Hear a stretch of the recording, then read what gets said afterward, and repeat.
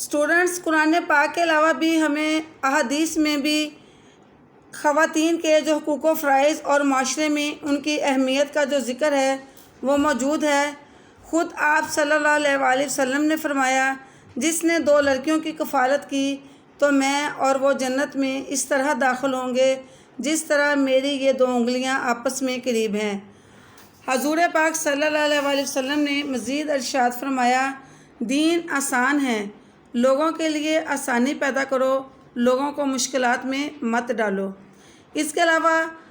آپ دیکھیں کہ حضرت حاجرہ علیہ السلام اور حضور پاک صلی اللہ علیہ وسلم کی پہلی زوجہ حضرت ختیجہ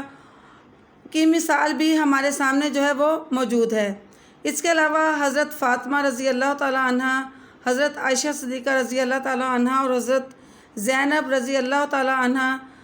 وہ نامور خواتین ہیں، اور ان کی زندہ مثالیں آج بھی ہمارے سامنے موجود ہیں کہ وہ کس طرح ظلم و جبر کے سامنے ثابت قدم رہی اور مشکل کی گھڑیوں میں مسلم خواتین کو جو ہے وہ رہنمائی مہیا جو ہے وہ کرتی رہیں۔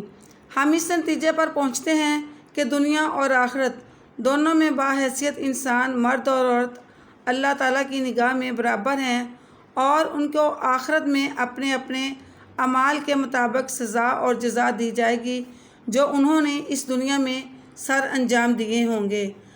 اور اسلام ایک ایسا دین ہے جس نے عورت کو نہ صرف باوقار بنایا بلکہ اسے چادر اور 4 دیواری کی صورت میں تحفظ بھی عطا کیا ہے۔